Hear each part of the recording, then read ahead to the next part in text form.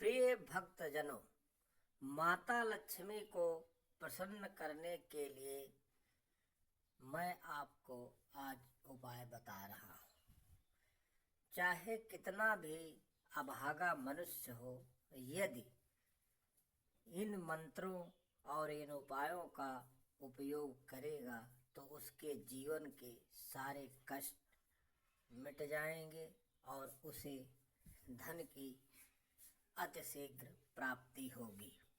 माता लक्ष्मी को प्रसन्न करने के लिए जो भी मनुष्य माता के व्रत, कथा, पूजन, कीर्तन और भजन करते हैं, उन सभी पर माँ लक्ष्मी अपनी दया दृष्टि अवश्य ही करती है।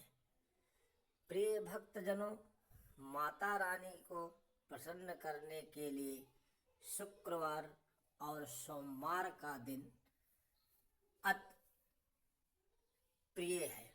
इसलिए शुक्रवार के दिन इन नियम और व्रत का पालन करें और माता रानी की पूजा, वंदना, अर्चना और उनसे विनती निवेदन करें कि माता रानी हमारी गलतियों के लिए हमें क्षमा करें और मैं आपका ही बेटा हूँ, मुझे माफ़ करते हुए मेरे घर आने की कृपा करें।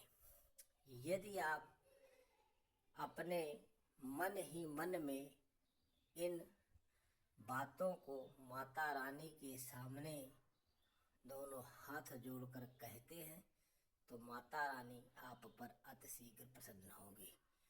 प्रिय भक्तजनों, माता लक्ष्मी को प्रसन्न करने के लिए किए जा सकते हैं ये 7 काम। मान्यता अनुसार घर में धन धान्य का होता है आगमन। यदि आप नियम और संयम से इन कार्यों को हर शुक्रवार और सोमवार को करते हैं और सदा सत्य, धर्म और न्याय के मार्ग पर चलते हैं तो आप पर माता रानी अतिशीघ्र ही कृपा बरसाएंगी और आपका घर धन्य धान्य से परिपूर्ण हो जाएगा। प्रिय भक्तजनों, ये कार्य आपको जब भी करना है तो कुछ नियम और कुछ आपको उपाय बताए गए हैं, जो करेंगे तो माता रानी आप पर प्रसन्न होगी। माता लक्ष्मी के मंत्रों का जाप करें। ओम ह्रीं श्रीं लक्ष्मी भयो नमः। ओम लक्ष्मी नमः पुष्पाणि समर्पयामि। इस मंत्र का जाप करते हुए माता रानी के चरणों में 11, 21, 51 या 111 लाल पुष्प अर्पित करें। यदि आप इन मंत्रों द्वारा माता रानी के चरणों में पुष्प अर्पित करते हैं तो आप पर माता रानी की अतिशीघ्र कृपा होगी और आपके घर में धन्य धान्य की पूर्ति होगी। प्रिय भक्तजनों, ये कार्य आपको नियमित करना है। प्रिय भक्तजनों, इस दिन शक्कर या चीनी का दान करना सही नहीं माना जाता है। ऐसा करने से शुक्र ग्रह कमजोर हो जाता है, क्योंकि माता रानी के पुत्र शुक्र हैं, जिनके पास वैभव, यश और कीर्ति वरदान में प्राप्त है। यदि आप इन चीज़ों का दान कर देंगे तो शुक्रदेव आपसे रुष्ट हो जाएंगे और शुक्रदेव यदि रुष्ट हो गए तो माता रानी भी आपसे नाराज हो जाएंगे।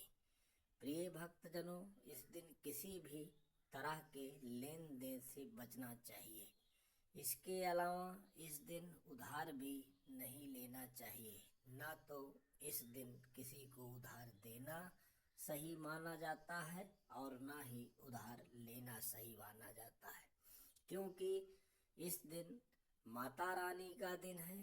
तो जो आपके पास है उसी में उस दिन कार्य चलाएं, अगले दिन ये कार्य आप संपन्न करें और माता रानी का लगातार मंत्रों का जाप करें और उनके चरणों में अपने आप को समर्पित करें।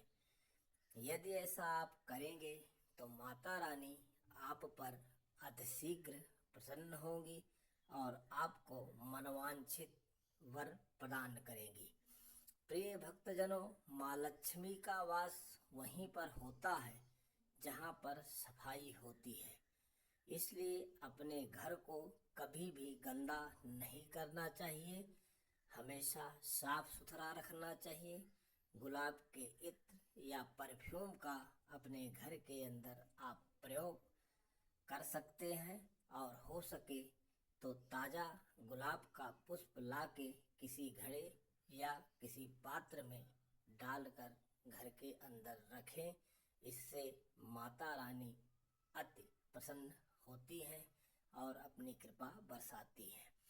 प्रिय भक्तजनों, शुक्रवार के दिन मांस का बिल्कुल ही सेवन ना करें।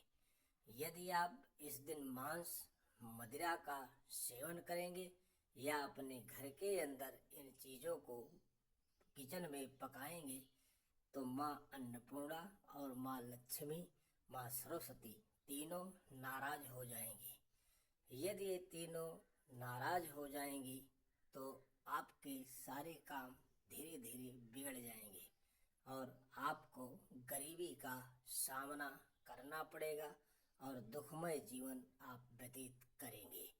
इसलिए प्रिय भक्तजनों, इन कार्यों को आप कदापि शुक्रवार या सोमवार के दिन ना करें तो ही अच्छा है।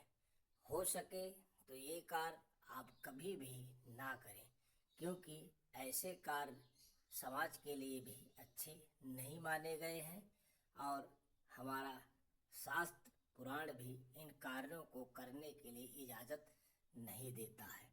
इसलिए आपको माता रानी को प्रसन्न करने के लिए इन जो नियम बताए गए हैं, इन नियमों का सही समय से प्रयोग करना है और जो वर्जित है उनको नहीं करना है, अन्यथा आप सदैव जीवन भर गरीबी का जीवन व्यतीत करेंगे और आपका परिवार भी दुखमय जीवन व्यतीत करेगा।